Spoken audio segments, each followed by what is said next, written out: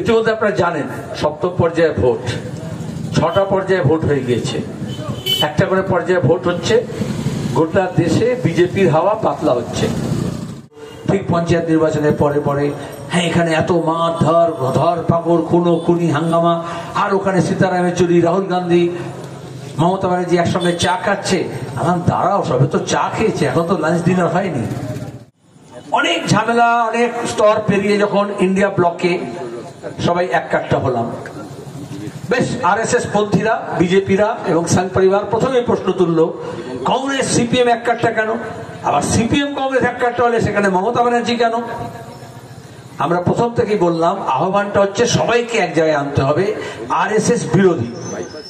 যখন আগুন লাগে পাড়া গায়ে, গ্রামে গঞ্জে, বাজারে, আগুন শুনে সবাই এক কাট্টা হয়, দৌড়ে ছুটে চলে আসে।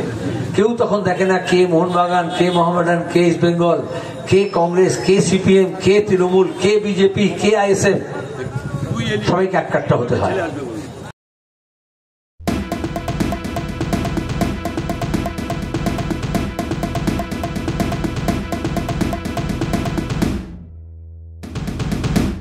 সাথী সভাপতি,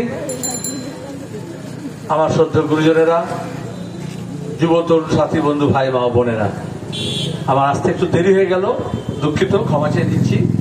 আসলে অনেকক্ষণ ধরে মিটিং চলছে, আর আমারও কর্মসূচি সারাদিন ধরে চলছে, এবং এক জায়গা থেকে এক জায়গায় আসতে দুটো রেলগেট। ইতিমধ্যে আপনারা জানেন সপ্তম পর্যায়ে ভোট, 6টা পর্যায়ে ভোট হয়ে গিয়েছে। একটা করে পর্যায়ে ভোট হচ্ছে। গোটা দেশে বিজেপির হাওয়া পাতলা হচ্ছে। একেবারে মহারাষ্ট্র, গুজরাট থেকে শুরু করে সর্বত্র। কারণ আমরা এটাই চেয়েছিলাম, গত 3 বছর ধরে আমরা প্রয়াস চালিয়েছি 2022 থেকে, যে আরএসএস, সংঘ পরিবার, তাদের যে এজেন্ডা, আমাদের দেশে একটা ফাঁসিবাদী রাষ্ট্র তৈরি করা, সংখ্যালঘুদের, তপশিলি জাতি, আদিবাসী, মহিলাদের দ্বিতীয় শ্রেণীর নাগরিক করা, আমাদের সংবিধানের যে গণতান্ত্রিক ধর্মনিরপেক্ষ যুক্তরাষ্ট্রীয় কাঠামো আছে সেটাকে ভেঙে তছনছ করা, আর মানুষের জীবনকে দুর্বিষহ করা। আজকে আমাদের দেশের যা দশা হয়েছে, মানুষের যা দুর্দশা হয়েছে, এই দশা কাটাতে হলে দেশের দিশা পাল্টাতে হবে। দিশা পাল্টাতে হলে একটা সর্বভারতীয় ক্ষেত্রে স্পষ্ট নীতি দরকার। কারণ আরএসএস, বিজেপি তার যতই ভুল ভাল কর্মসূচি হোক, কিন্তু একটা প্রকল্প বানিয়ে পরিকল্পনা মাফিক দীর্ঘদিন ধরে তারা ধাপে ধাপে কাজটা এগিয়ে নিয়ে যাচ্ছেন। আর সেখানে আমরা একা বামপন্থীরা পারবো না, এ ব্যাপারে আমাদের স্পষ্ট ধারণা। এজন্য আমাদের পার্টি কংগ্রেস, সিপিআইএম এর 2022-এ কান্নুরে, আজ থেকে 3 বছর আগে আমরা বললাম যে চলো সবাই মিলে এক কাট্টা হই। একদিনে হয় না, কিন্তু ফাঁসিবাদকে রুখতে হলে, স্বৈরতন্ত্রকে রুখতে হলে, সাম্প্রদায়িক হানাহানি রুখতে হলে এক জায়গায় এসে দাঁড়াতে হয়।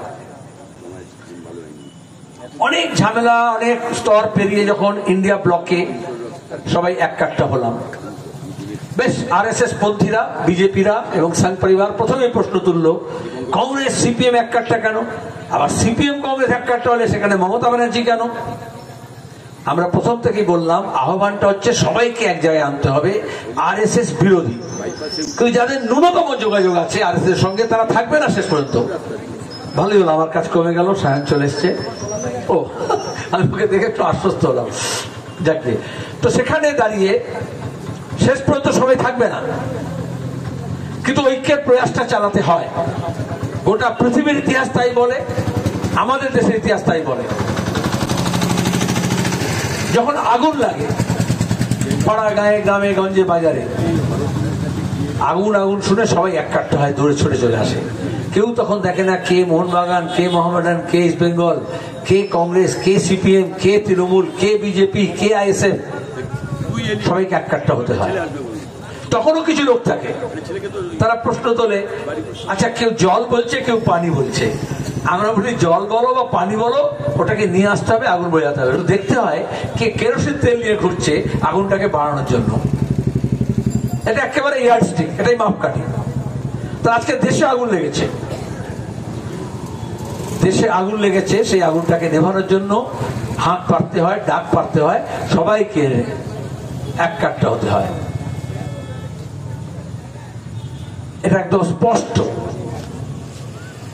আমাদের লোকজন বলল, আমাদেরও দলের লোকজন খবরের কাগজ টিভিতে যেহেতু বলতে আরম্ভ করলো, যখন নীতিশ কুমার, মমতা সবাই মিলে বিহারে মিটিং হলো, তারপরে বেঙ্গালুরু হলো, তারপরে মুম্বাইতে হলো, ঠিক পঞ্চায়েত নির্বাচনের পরে পরে, হ্যাঁ এখানে এত মার ধর পাকড়, খুনো খুনি হাঙ্গামা, আর ওখানে সীতারাম ইয়েচুরি, রাহুল গান্ধী, মমতা ব্যানার্জি একসঙ্গে চা খাচ্ছে।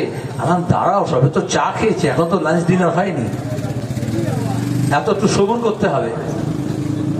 কিন্তু অনেকেই বললেন, যারা বিজেপি RSS এর হাতে তামাক খান, যে ও গেলে এ যাবে না, এ গেলে ও যাবে না, তার মানে যে বৃহত্তর ঐক্য গড়ে উঠছে তার পরিপন্থী কারা?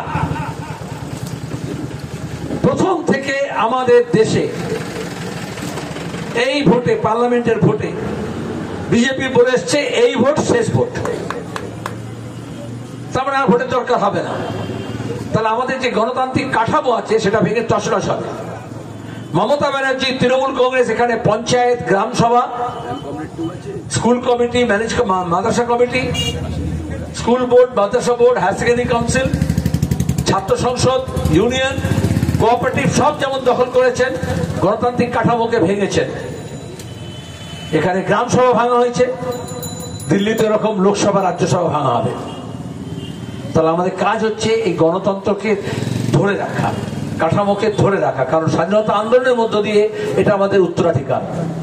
আমাদের দেশে নানা ভাষা, নানা মত, নানা জাতি, নানা জনগোষ্ঠী, বলে না, নানা ভাষা, নানা মত, নানা পরিধান, বিবিধের মাঝে রাখো মিলন মহান।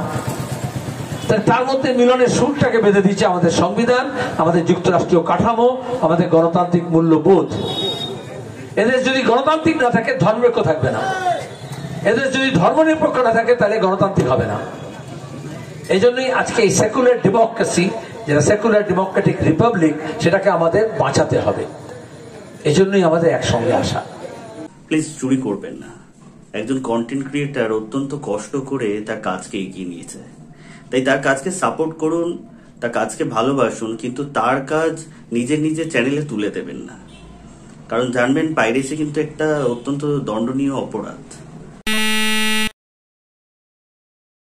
আপনারা দেখছেন আওয়াজ, রোজকারের হক কথা। For more updates about Awaaz, please subscribe our YouTube channel Rajshekhar thali.